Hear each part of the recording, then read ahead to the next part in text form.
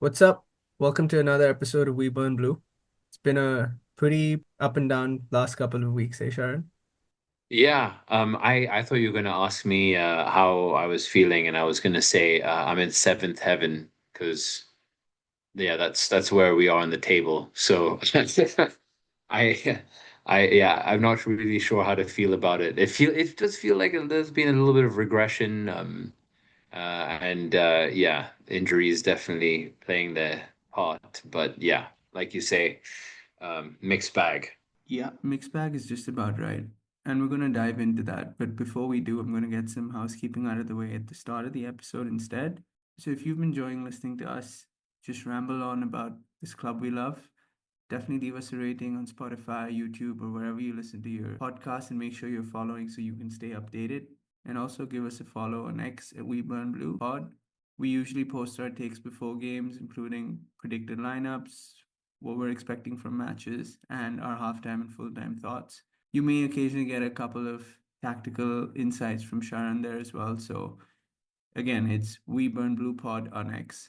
But now that that's out of the way, I think seventh heaven doesn't seem like a bad place to be, especially considering had we lost to Liverpool, we'd be feeling a lot worse. That win was a good thing to sort of lift everybody before we went on the international break. And yeah, seventh heaven seems fine. So, like you said, seventh on the table. So far in the Premier League, we've played seven, won three, lost two, drawn two. How do you feel about how matches have gone since the last time we recorded? I mean, like, just before I answer that, like, I've seen a lot of that kind of like mentality that, okay, winning against Liverpool before going to the break was great. But actually, I think people were just happy for the break to come, because aside from that Liverpool game, I mean, it hasn't been great watching for us, I'll be honest. And yeah, two weeks where we're just chilling, not really worrying about Chelsea. I wonder what we're going to be saying next week when the games are back. Um, there's a lot of like optimism, but the optimism is around players getting a rest and being able to come back fresh after the international break. So we'll have to see how that goes. But yeah, to answer your question, like I will generally look at sort of the tactical side of the game, and we're seeing some new issues again because generally speaking, Maresca has changed his approach to games tactically, and also we're seeing some of similar, issues pop up. So I don't really know where you want to start with that. Let's start with the starting 11, right? So, how have you felt about his team selection recently? Just point of note, right? So obviously there's been a lot of suspensions. It's been four red cards in the last four games, pretty much. And I don't know if you clocked that, but Maresca also did get sent off with two yellow cards in the game versus Liverpool. So while we had 11 men on the pitch, our manager got sent off. So four red cards, which is a bit of a it's quite ridiculous when you think about it in terms of our disciplinary record. Yeah, but if we go back to like the starting 11, right? So aside from the suspensions, we've had five players they featured in every fixture this season, right? You're looking at Sanchez, Cucurella, Chaloba, Enzo, and Neto. And then, of course, there's other players who have featured in majority of those games. So what's your take on the starting 11?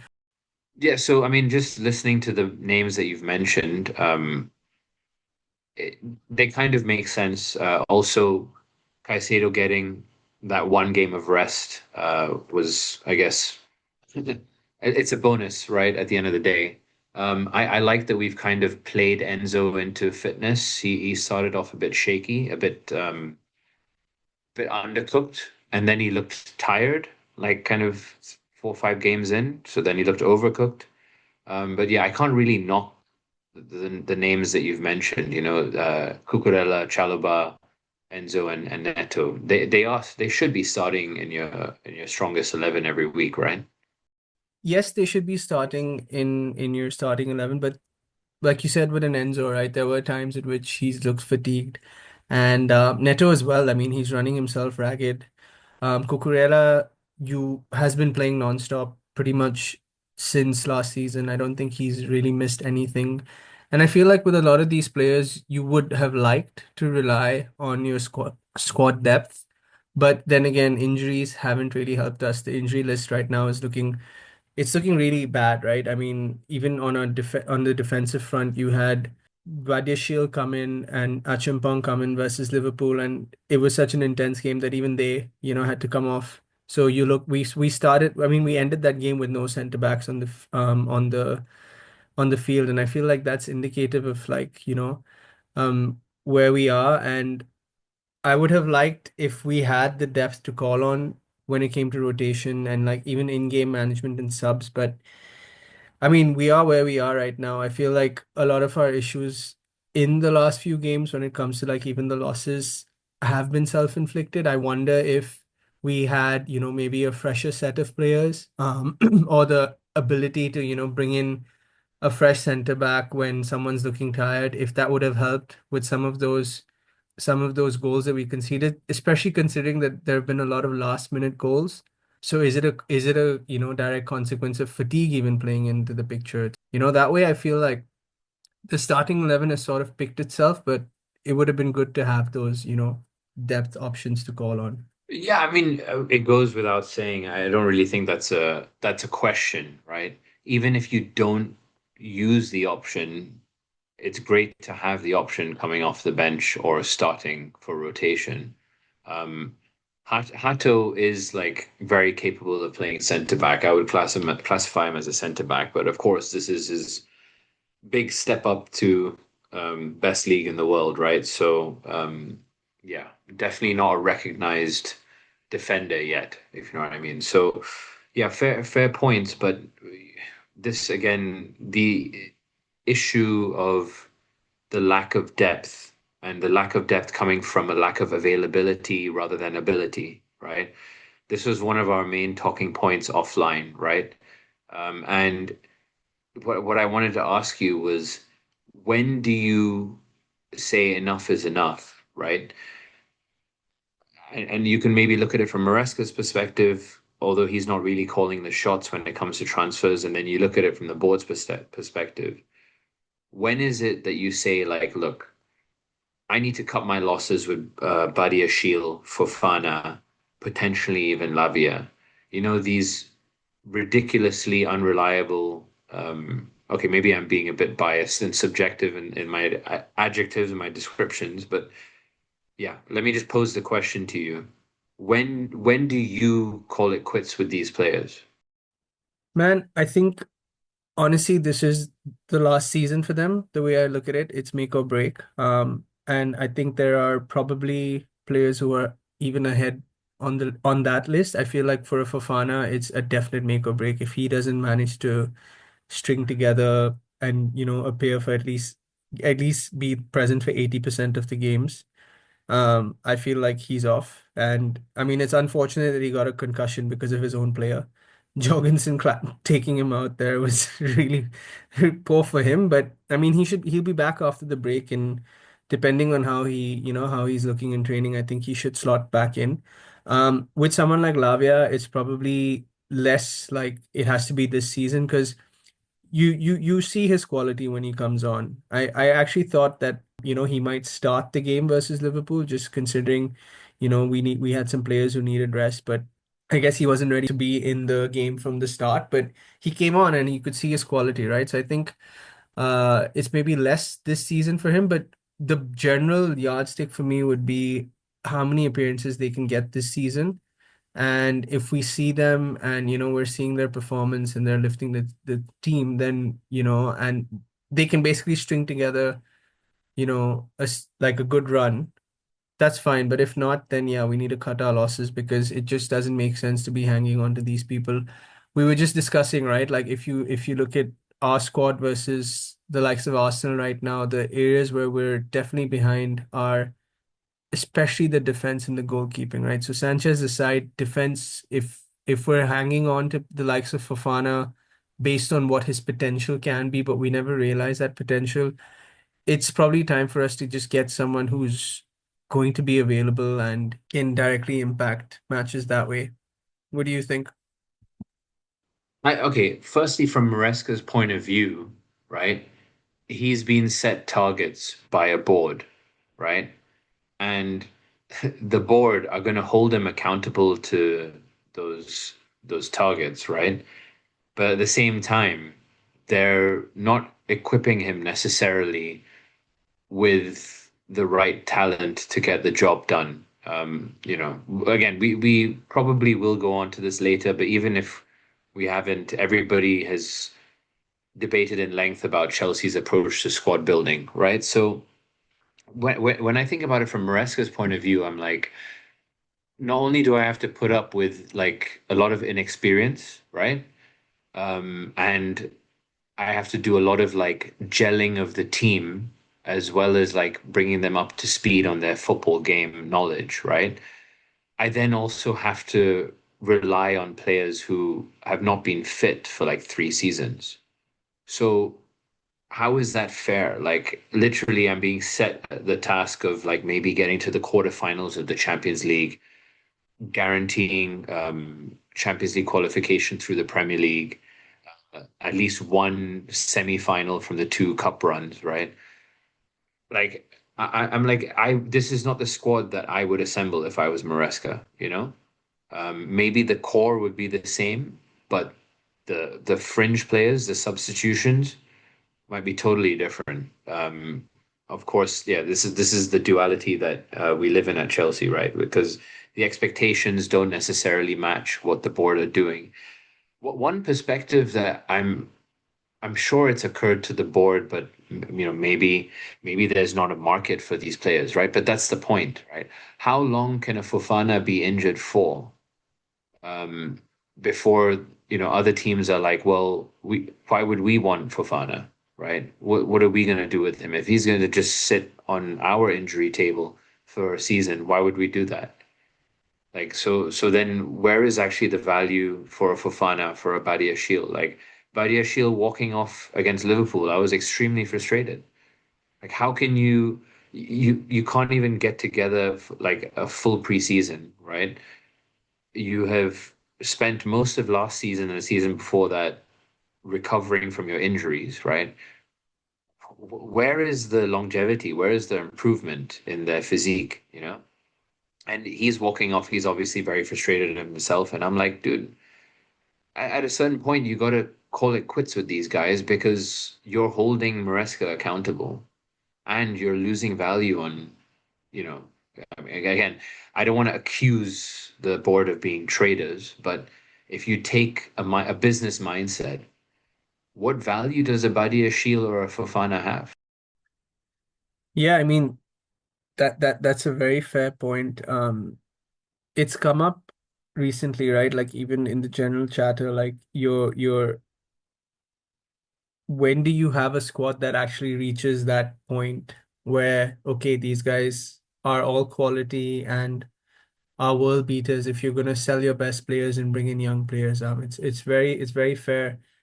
And I think, yeah, when it comes to even how who's gonna come in for these players, I think there's enough evidence given, that Disasi and Sterling are still sitting here in the bomb squad. There are clear examples of this where there's no value. I mean, there's no interest in players, so they don't move on. I think that's down to really how the squad building has done, and I feel like there's an entire discussion to be had on that, the merits and demerits of our transfer philosophy and what's right in the long run for the squad.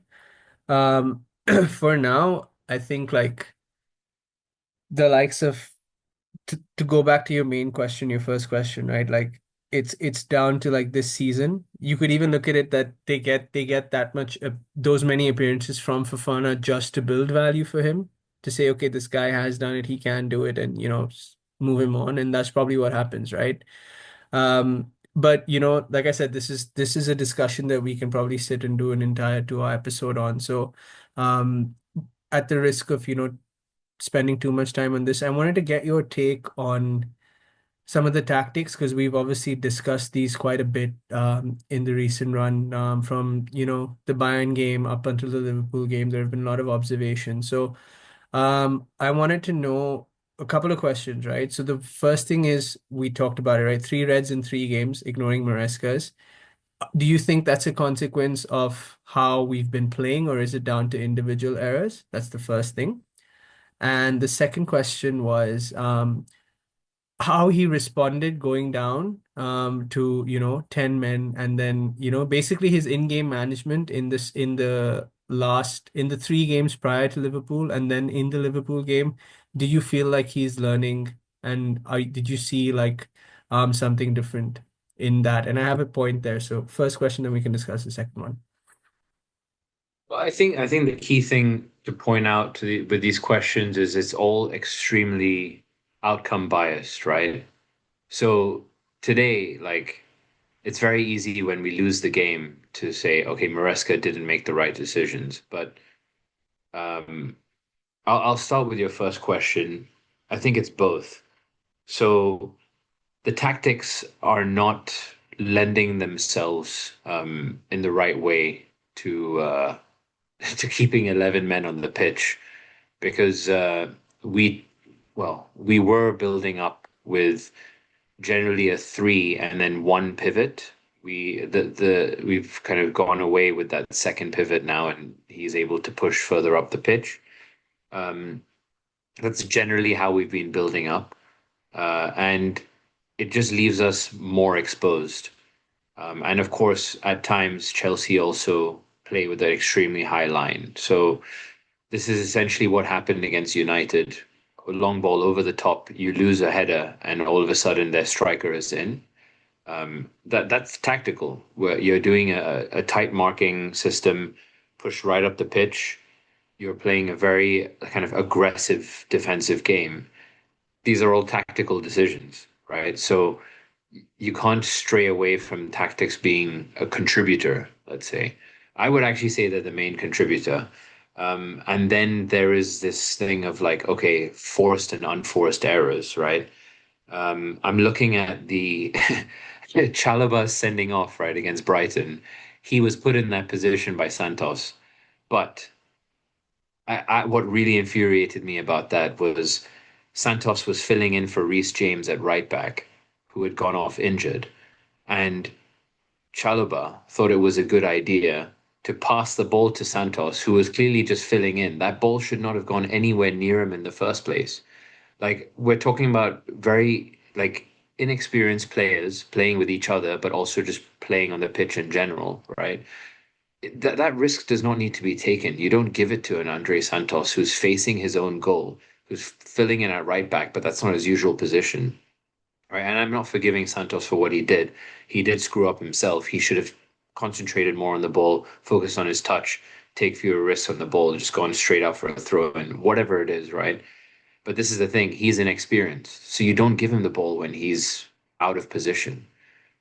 So there is a bit of forced and unforced in that, right? I'm just looking at games like the Bayern Munich game. There was no red card there, right? But tactically and on the pitch they executed, they were just so much better than us, I feel, right? That they were forcing us into individual errors, right? So, like, obviously, each red card is its own situation, right? But I look at the Sanchez one as being a case of, okay, we definitely were exposed defensively, right? I'm even looking at the Brighton one going like, okay, all of our players were quite high up the pitch. Granted, we had possession, but we did have Reece James off the pitch. Tactically, we took a risk because we still tried to maintain possession rather than say, okay, boot it up the pitch, let it be in their half, right? Again, these are all tactical decisions that are to do with the players as well as Maresca. So for me, the tactics lend themselves quite clearly to some of these issues. And yeah, you can argue that, okay, there's a little of inexperience, and then you got to look at your opponents. Okay, fair enough. I think yeah, my initial thing was to blame them on individual errors, but having watched it back and just understanding the tactical side of things more, I see how it is down to the tactics lending themselves to, like putting us in those scenarios where we are susceptible. I definitely think though that out of the three, I think Sanchez clearly, like, in that moment you choose to either go down to 10 men or to go down a goal. He made the wrong decision. And I question his decision making there. João Pedro's red versus Benfica was two yellows. And I think that there is that side of him that has been, like, if you look at his Brighton history as well, he has this sort of like, he gets a little handsy, gets like elbows in, and tends to pick up very stupid bookings. Similar to Jackson in a way, I think. And it feels like that's something that, could have been avoided. But Chalobah, yeah, I mean, like it's more systemic, I guess, than anything. Like you pointed out, Reece James off the pitch. It's for me, it's a very tough one. But in terms of then the his Maresca's response, right? His in-game management, and how he did versus Liverpool versus and compared to the other games previously. What's your take on that? So yeah, I realized I didn't answer that second question. And you've mentioned something there about Sanchez's decision making, which is now, it's triggered me. So I need to talk about it. But like, okay, fine, you can blame Sanchez, but we've seen goalkeepers in that position before make the same decision. It's like spur of the moment. They think they can get to the ball first when really, like, the reason he's in that position is because we've been caught out defensively. So he shouldn't be in that position in the first place.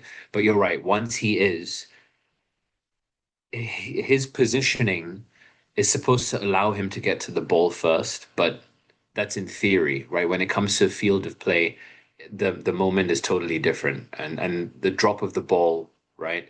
The speed of the ball, everything is just totally dependent on match circumstance, right? My thing is with this persistence with Sanchez, it's more on the build-up side because every game I watch him launch the ball long way more than Jorgensen would. And I'm assuming it's way more than what Maresca would actually want. Because whenever I've seen us play through opponents, we're getting very good at this build up one touch approach, as long as, teams are setting up high up the pitch against us. If they're dropping deep, then Sanchez is like, okay, fine, I can join the defensive line and play out from the back, right? That's not the point. Teams now know that they can push up against us pretty easily. And again, Colwell's absence is adding to this, but they know that if they can get the ball to Sanchez and be within a 5 yard radius of him or 10 yard radius of him, more often than not, he's going long. Now, when Chelsea go long, we don't have a Didier Drogba to bring the ball down, right? João Pedro's doing his best, and I think he's pretty good in the Premier League against most defenders, but he got absolutely bodied against Jonathan Tah. Okay. Then okay, so you've got him up top in the middle. You've also got most the most common one would be either Neto in behind, or then I guess to your left wing, which I guess is if it's not Neto, it's going to be Garnacho or Gittins, right? One of your wingers going in behind, but it usually is to Neto because I think he's our quickest one. And it's a low percentage ball. We know Maresca's game is not that, right? We know that's not how he wants to build up. So this is what I'm saying, right? Maresca's setting us up in a way to build out from the back. You can see all of our players drop. They all drop close to Sanchez to try and get the ball short.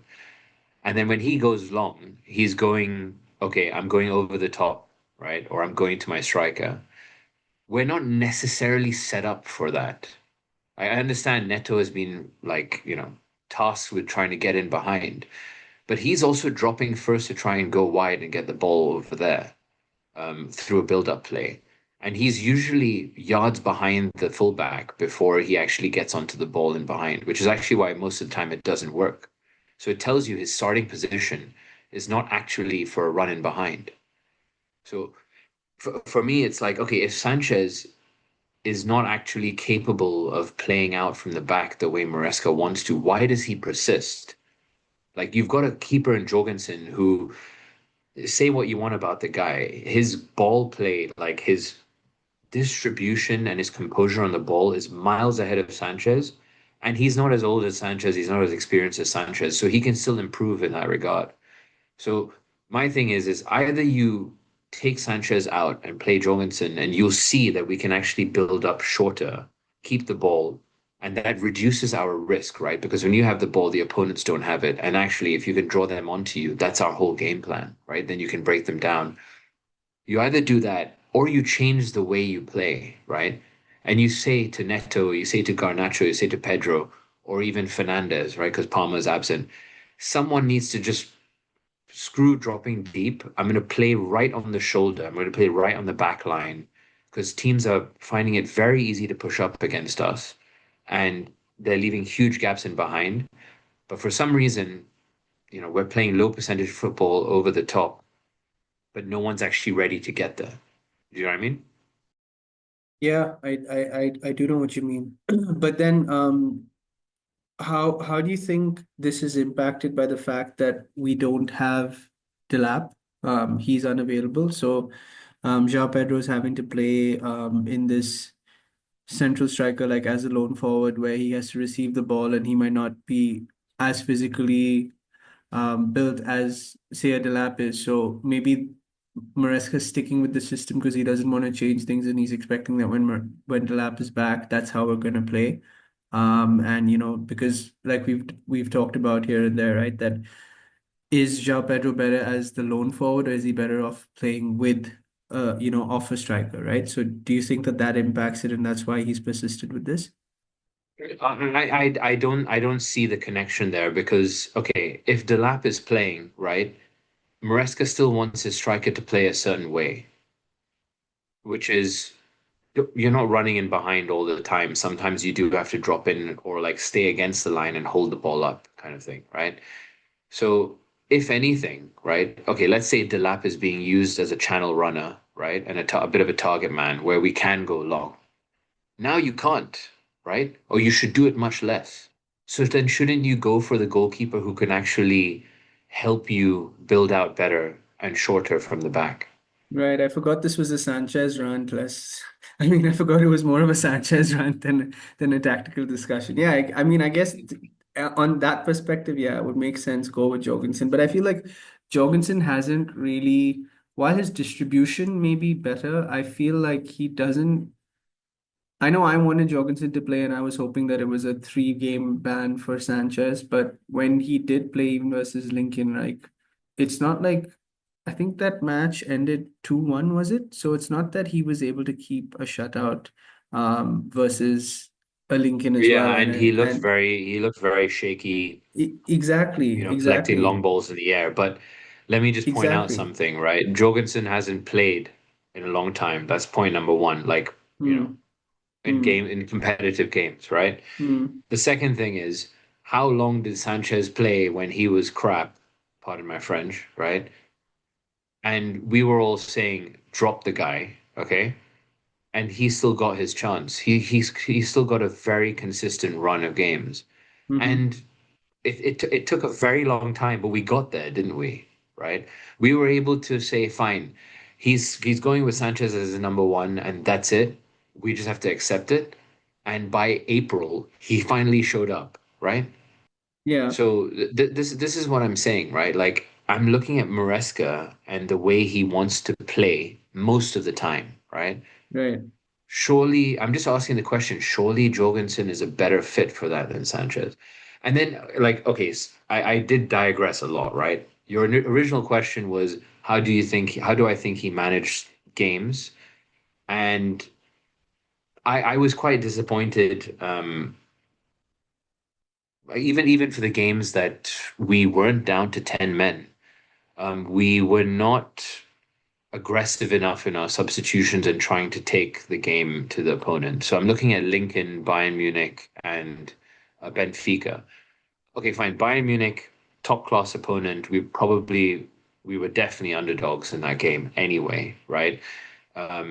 Accumulating injuries, etc., etc. by then. So um, I would say fine. Like, okay, you take a 3-1, and actually we had a few chances at the start of the game where we really should have put them away. But Lincoln and Benfica, I mean, like both games were so comfortable, but to walk away with just a one goal advantage from those games, it's not good enough, you know? And I think he's in those games, it's either a question of like he's too passive with his substitutions or he's too passive in the mentality and he's letting the team get away with slowing the game down after they go 1-0 up. Now, when it comes to the games where we are actually down to 10 men, um, I'm looking at the okay, at the United game, we've had a back and forth on this. I actually think that he made the right substitutions in the first half, but having gone back on it, like having watched it again and like taken everything like within the context of the game, right? Once it goes down 10v10, yeah, you can question maybe the Gusto substitution in the second half, and you could have just gone like, look, we're down, we need goals, just bring on another winger, right? When it comes to Brighton, I think again like I think he did all right. I mean, what do you think about the Brighton substitutions? So, okay, I feel like there's a lot to address here, right? So, um, generally, I think you're right. I feel like his subs have been very, very passive. And I go back to like the Brentford game, you know that they're attacking in just one particular way. They're doing the long, they're playing long balls, long throws into the box. You should, equip the team to deal with that. And, like the team should also have strict instructions, keep the ball away from the throw-in line, try to, towards the end of the game, just get it into their half, stay in their half. I feel like those sort of instructions aren't coming from him. Like you said, he's very passive, and when we go up a goal or when we score, it's like we take our foot off the pedal. And that's not ideal. The United game, I think where I disagree with the first half subs is simply this, right? You know that Palmer's carrying a knock and he's not 100%. You have three like attack-minded players behind your striker in Palmer, Neto, and Estevao. If you know one of them is compromised and you're making like subs, keep take that player off.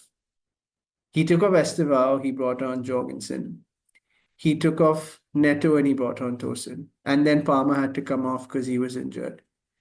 In that scenario, you can avoid that Palmer coming off, and I think it was Reese who came on in place of him, whoever came on, right? Another body in the midfield to sort of, and that left Pedro isolated up front. If he had kept Neto on and taken Palmer off at that stage, we wouldn't have been in that scenario. Then when they had gone down, when Casemiro was off, we would have had a 10 on 10 with one more attack minded player over a defensive player. And for me, that's where I think he gets it wrong. The Brighton match, to be very honest, I don't remember each of the subs, but I do know that, yeah, my general sense over the last few games is he's been quick to go to the defensive minded players on our bench, and he's tried to kill the game off, or he's tried to manage it, and he's made those subs very early on and he's not recognized that another team has been in the match. Lincoln were doing a similar thing, right? Where they were like, again, long balls into the box. Jorgensen wasn't able to, commit to them and claim them, right? I feel like, yeah, his approach has been very, very defensive. Like he's it's almost like, okay, he's just settled for that 1 point. And there was a lot made of the fact that versus Liverpool, he went ahead and he took off three attackers and brought on three fresh attackers, and it was like he's going for the game. And while I see that, right, I just had one thought at the back of my mind that, did he just do that? Was he actually responding to the criticism, and did he actually see that, yeah, he was very defensive minded in his subs and he can't afford to do that? He needs to go out there and grab the game, and that's why he made those changes? Or was it just the fact that for Liverpool, there were no real defenders he could call on? Well, my answer to that is I think we can at least credit Maresca with being quite flexible, right? Game to game, right? So, like you say, each sending off is different. Each situation is different, right? Um, just like, thinking about how other managers, other successful Chelsea managers would do it. It wouldn't be so absurd for Mourinho or Conte or Tuchel to make those three substitutions in the first half against United because, again, at that time they don't know that Casemiro is going to get sent off at around just before half time, right? So shutting up shop and relying on the two substitutions you have in your pocket left for the second half, not a bad approach, right? You can't fault the thinking, right? And at the end of the day, right, all of these managers I've mentioned, right, who are all successful Chelsea managers, they're all quite pragmatic. I would say actually like that is our like play style on the pitch, if you will. Like we've never been like gung ho gegenpressing team. We've never been like a Barcelona keep the ball or like a Man City, a Guardiola team that just keeps the ball wants 80-90% of the possession and just wants to stifle the opponent and tire them out. We've been more of our successful teams have been quite pragmatic. It's always when we have the ball, we're ruthless, right? And when we don't have the ball, we're extremely hard to beat. And actually, our low blocks are like the epitome of Chelsea, right? You look at Tuchel's low block in the Champions League final against City, Conte's five at the back, then converting to like super attacking wing backs going into winger positions, right? Like these are all defensively sound setups, right? And I think Maresca is trending in that direction. And I think Bayern Munich was a great learning lesson for this because if you can set up your team that is confident in defending, both in your press but also in your low block, it allows them to believe that okay they will be able to shut teams out and then go on from there and win games, it's extremely important to be good at defending, and I think that is something Maresca has learned from last season. So when you ask me whether he's learning, I think he is. It's just about finding that balance, right? So like you say, maybe you rightfully so, you could argue that maybe he was overly defensive and he left nothing for us going forward. But again, hindsight's 2020. We don't know if you know, we don't know if Casemiro is going to get sent off or whatever, right? We don't know how the game's going to pan out, but there's a lot of time, right? Even Chalobah getting sent off against Brighton at halftime, right? There's still a full half to play, right? So if you try and keep it tight as possible, until you really have to do something with 10 men, I don't necessarily fault the guy for that kind of mentality. No, I don't. I mean, I think it's just that okay, so two things, right? The United game, like I said, I don't fault him for wanting to shut shop. I just feel like knowing Palmer is not 100% and the guy might not be able to see out the game, right? Because at 7 minutes he's done Neto on Tosinov, and they've scored at 14 minutes, and then Palmer's come off at 21 minutes. Now, you could have avoided that by just doing Palmer out, Tosin on, Neto stays on the pitch. For me, that intelligence is what I'm questioning here. Knowing that your player is not 100%, why are you keeping him on? And yeah, I mean, otherwise, I can't, I don't think that it's a problem to be pragmatic and defensive minded. I just feel like he's been overly defensive, and in scenarios where there was maybe something that we could have had from a game by making those substitutions, he's killed any chance of that. So that's the problem that I have with it. But yeah, I mean, speaking of Palmer, right? What do you make of the fact that he's probably out until November? Obviously not good news, and I think Delap is the same, if I'm not mistaken. Hmm. Um, but I think this is a good opportunity for players like Estevao and Buenanote to kind of step their game up and fill in the gap. Um, and honestly, man, like I would rather have, you know, Cole Palmer fit and firing for the second half of the season, if that's what it takes, because there's talk of it being a chronic injury. And again, we're risking going back into the same discussion about availability and ability, right? But hopefully, touch wood, Buonanotte, Estevao, these guys are all kind of able to stay fit and rotate, right? So that they can, keep their consistency, but also fitness up. Um, I don't think you're hearing anything in terms of a replacement or like a gap filler, right? For number 10 right wing or striker. No, no, no, no, no news so far. I think if there's any movement in Jan, well, I say if as if there isn't going to be, there will be movement in Jan for sure. But I think it's going to probably be at the back, in center back. Assuming, of course, that Delap is back and he's fit. I don't think we'll need any other reinforcements except center back. But yeah, it's the Palmer thing is quite interesting because I feel like so it like you said, it's chronic, it's a chronic thing, it's chronic pain. It doesn't require a surgery if it doesn't get aggravated. So they obviously kept it like, okay, they're trying to manage it. And I don't know if you saw after the Liverpool game, there was a video of, I think it was Hato or someone running up to Palmer and like jumping onto him. And Yeah, it was Hato.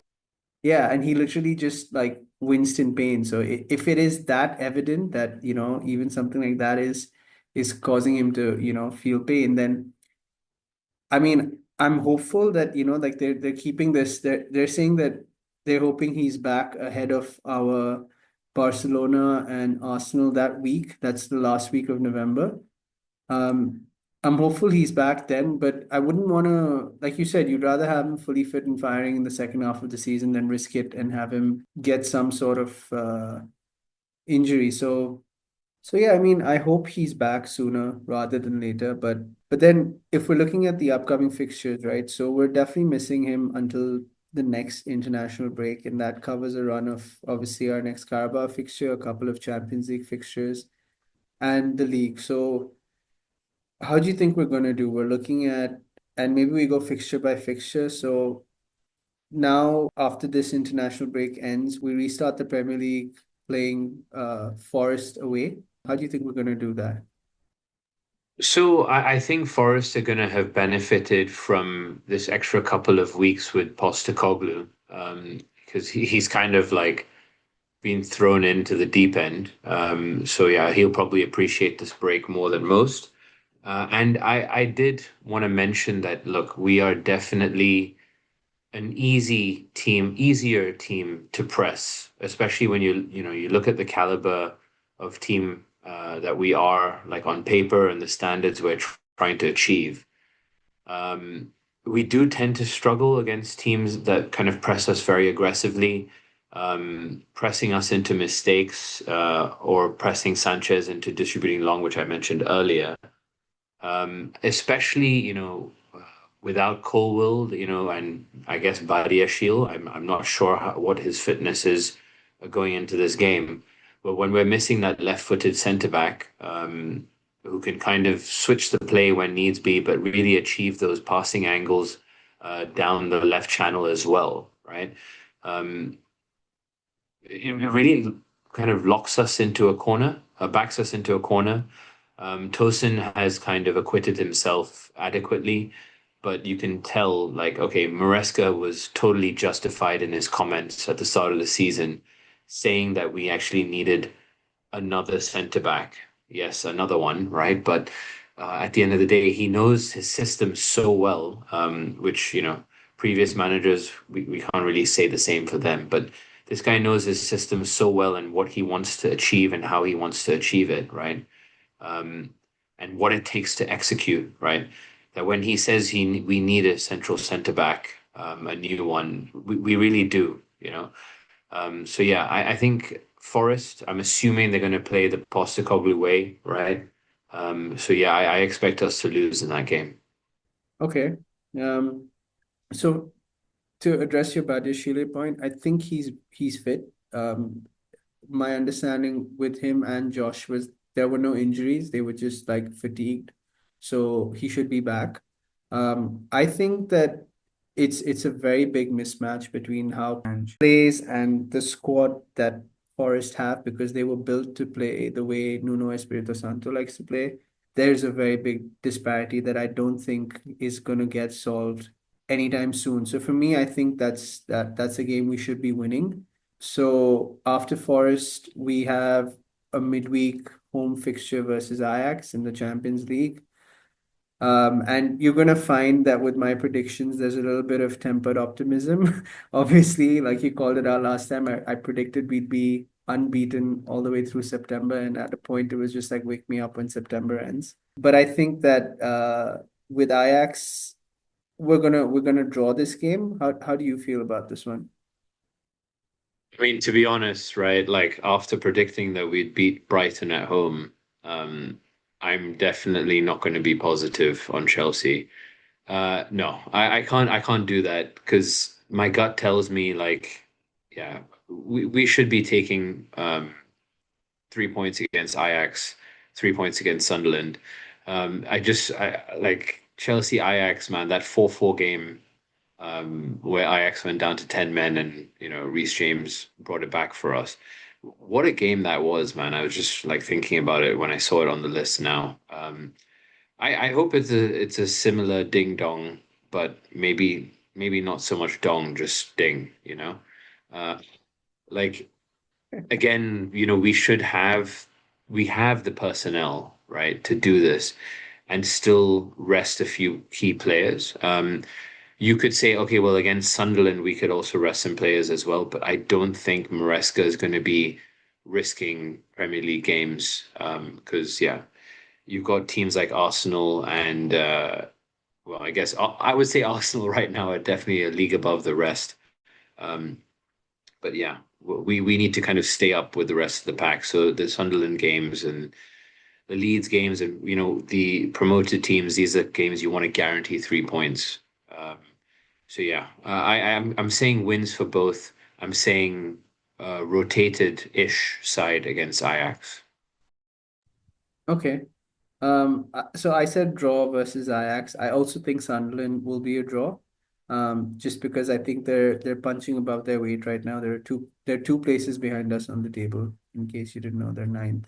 Once bitten, twice shy. Yeah, Prashant. Yeah, exactly. So I'm gonna go draw. Plus, I also think they play that very sort of physical long ball sort of situation that we've not been good versus. So based on that, I'm calling draw there.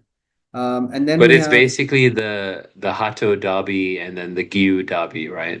yeah, let's see. I mean, they did handily beat West Ham 3-0, but everybody beat West Ham that first couple of games. And they also beat Brentford, who obviously we drew to. So I don't know. I feel like a draw is on the cards for this one. And then In Carabao in midweek. previous years, I think Sunderland were always the bogey team, right? They Especially were, coming to Stamford Bridge, but just generally speaking. yeah, they were. That's true. Something about the Tyneside, Newcastle, Sunderland, they proved to be like bogeys for us. But yeah, draw seems like I don't know, maybe I'm overcorrecting on my optimism chart, but I call draw there. Then we have midweek Carabao action versus Wolves away. For me, I think I said it last year as well. I think cup runs are going to be, opportunities for rotation and chance for silverware. So I want us to win that one. You tell me. I think you were saying not such a good result there.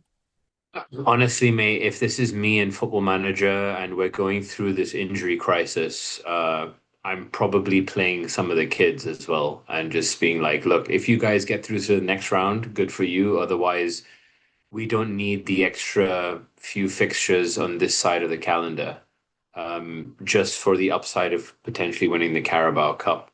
Um, Again, the injury situation by the end of October could look better, like it could look a bit different, but we're still playing 2 games a week pretty much until the end of the season, until the end of the calendar year, right? So like even players who aren't playing like, every game in, game out, like they still will need that refresh, you know?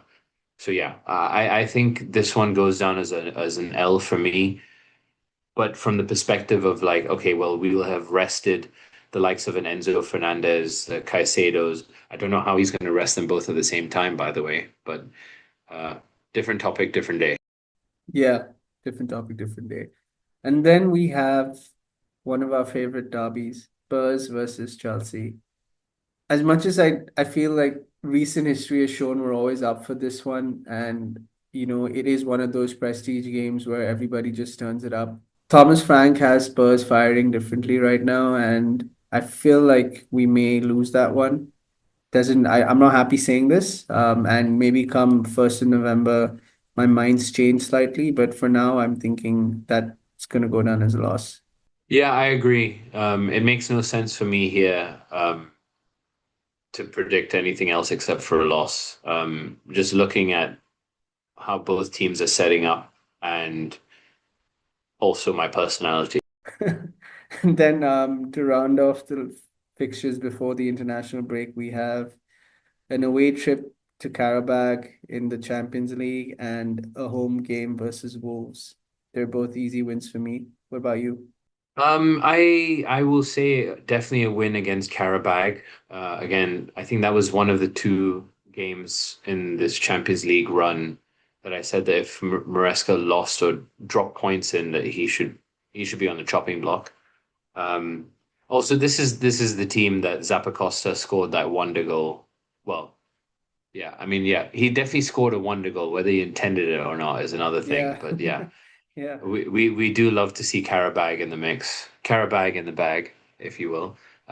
So yeah, I think we've got them like on lock. Chelsea Wolves, again, this feels like Chelsea Brighton, where I should have learned, right? But I'm gonna predict a win, okay? I'm gonna change myself for this particular prediction. Okay. I know I know that okay, Brighton, the sending off and like, okay, whatever, right? Surely we're not gonna be like, oh, it's 10 red cards in 10 games by this point, right? I mean, I want to hope not, because that would be insane. Yeah, it's Because just this is how the tides turn and everybody's arc is different. Prashant's on his way to negativity and I'm here like looking for the positives in life now. So I'm guessing, your prediction is actually, maybe just slightly more positive than mine, but we're both saying like, okay, this lands us in decent stead, right? Because this is about seventh, sixth place form, right? If you're looking at the Premier League, I mean, the Champions League, we need these two wins really in the next two games. If we're going for the, if we really think we can do that top eight finish. I see us finishing around the middle of the table going into that playoff round. hmm. But yeah, if you're talking about going through without the playoff round, then yeah, you take these two next games as guaranteed dubs. I actually feel like while I'm going draw versus Ajax, I feel like we're going to turn it up versus Barcelona, and that might be the one that we get the win in. But that's for the next pod. Let's see how There that he goes. is.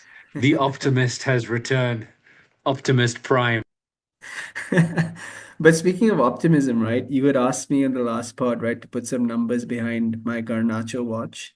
So like I said, I did some number crunching. It sounds really fancy, but basically I just said, okay, look, how did Sancho do when we said, okay, this is a player that we want to see how he does before like finalizing his loan and or his transfer. And he had 3 goals and 4 assists in whatever appearances he did for us, right? I think a decent benchmark for Garnacho, considering he's a full-time Chelsea player. This is not a loan. There's none of that. I think we should be looking at about 14 goal contributions. So I split that into 6 goals and 8 assists. It's kind of interesting because in his last United season, he had 6 goals and 2 assists, and he's already got an assist technically if you count the Benfica one. So I think he's on his way, and he had a really good game versus Liverpool. I think he did really well. You could see that there were the instructions where it was similar to how he set up to say hit the ball to the flank, stretch the play. Versus PSG, it was only happening on one side. Versus Liverpool, both Neto and Garnacho were doing it, and I think Garnacho did really well. So, Garnacho watch. We're at 1 of 14 if you count Benfica, 13 more to go. Yeah, I mean, you're making it sound dubious, but UEFA have credited him with the assists, so you can definitely take that.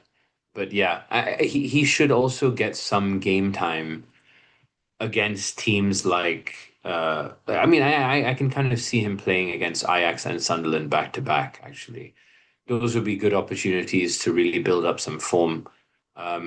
What I like, I mean, again, I can't believe I'm going to say this, but what I like that I'm seeing from Garnacho is that he is willing to drive to the byline and cut balls back to the edge of the box.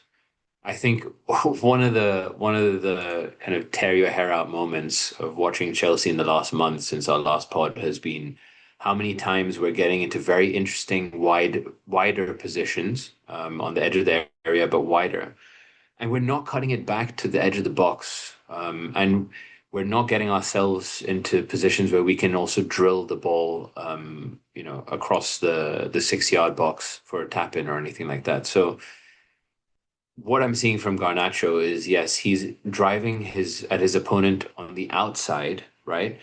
But he's able to find this kind of like drag back pass, or cut pass along the ground, towards the penalty area or just to the edge of the D. And it's adding a little bit of variety to our wing play, which I think we lost a bit of that when Madueke left. But even, towards the end of his spell with us, Madueke wasn't really doing that. So I just wanted to bring that up because that is it's a very good option to have, and it's a very good attacking avenue. Yeah, no, that makes sense. And I think, yeah, like he's been good. He's been good just in like to keep it very simple. I feel like I've seen a lot of people saying, okay, wow, this kid is turning up. And it feels like he could actually come good on his potential. So 14 is the target. And yeah, 13 to go. Let's see how that goes. But that brings us to the end of another episode, man. How you feeling? I'm feeling lighter because yeah, there was a lot to get through, and you allowed me to do the Sanchez rant. I'm not really sure if that's going to make it past the edit, but I hope it does. I feel like it'll be therapeutic for a lot of Chelsea fans, not just us. Yeah, no, I think it will. I think the next rant that will be really therapeutic is Chaloba from the little circle that I'm in. I think Chaloba has a lot of people's anger, but we can leave that for the next one. All I'm going to say is Chalobah is inevitable. He always comes back. Okay, well, on that note,